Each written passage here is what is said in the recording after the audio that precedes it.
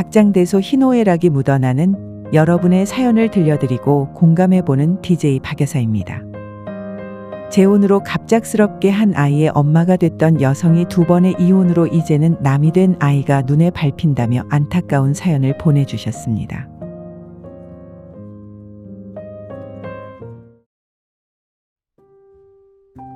첫 번째 결혼에 실패하고 일만 하면서 살았습니다.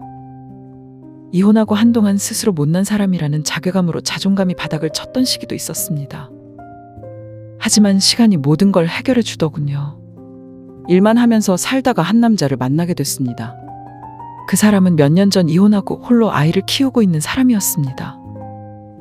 서로의 처지도 비슷했기에 편한 사이로 가깝게 지내다가 부부가 되면 어떨까 하는 마음으로 재혼하게 됐습니다. 재혼 후 남편이 혼자 키우고 있던 아이의 엄마가 됐죠. 전 남편과의 사이에서 아이가 없었던지라 재혼으로 갑작스럽게 엄마가 된 겁니다. 아이를 처음 만났을 땐 7살이었고 아이 4살 때 이혼했다고 합니다. 아이는 엄마의 품이 그리웠던 건지 첫 만남부터 저를 굉장히 잘 따랐습니다. 보자마자 어색함 없이 바로 엄마라 부르기도 했고요.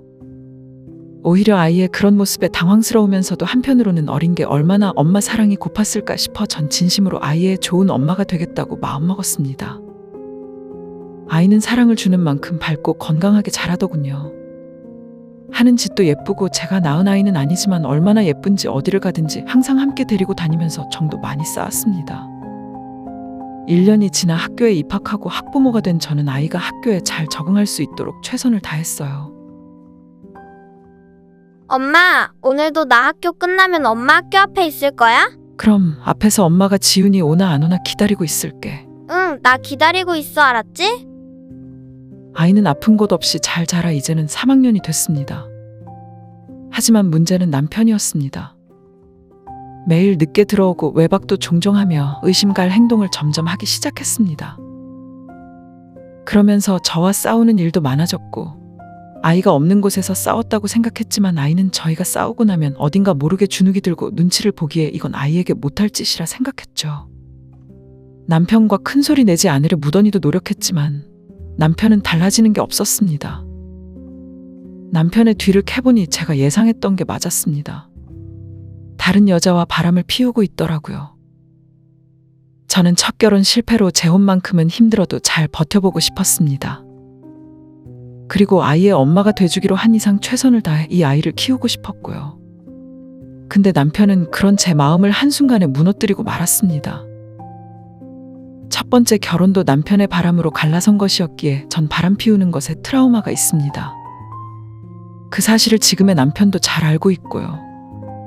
제가 바람에 대한 안 좋은 기억이 있다는 걸 알면서도 바람을 피운 남편을 용서하기 힘들었습니다.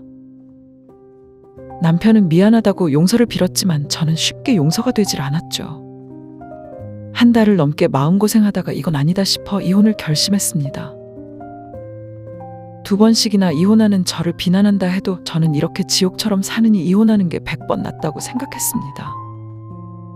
남편에게 이혼을 요구했고 처음엔 안 된다고 펄펄 뛰던 남편도 바람을 피운 여자와 어떤 이야기가 오갔는지 제가 원하는 대로 해주겠다고 서류에 도장을 찍어주더군요.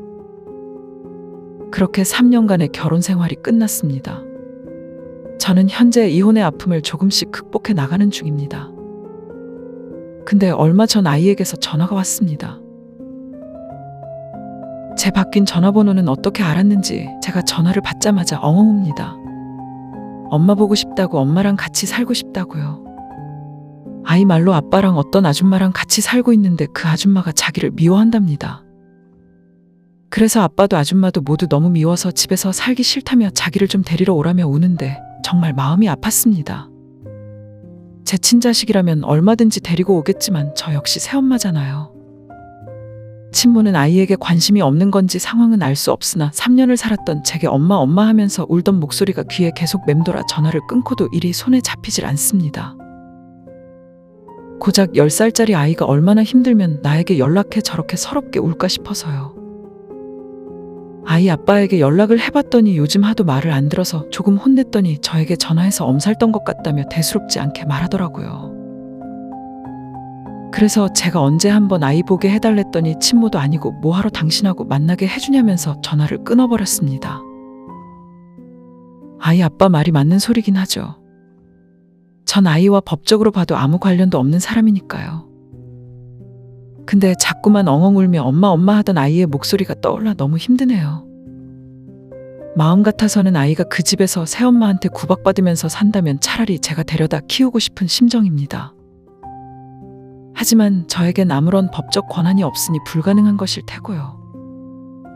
매일 밤 그저 아이가 건강하길, 울지 않고 밝게 잘 자라길 마음을 다해 기도하는 일이 전부네요. 박 여사 이번 사연은 여기까지입니다. 함께 해주셔서 감사드리며 또 다른 사연으로 찾아오겠습니다.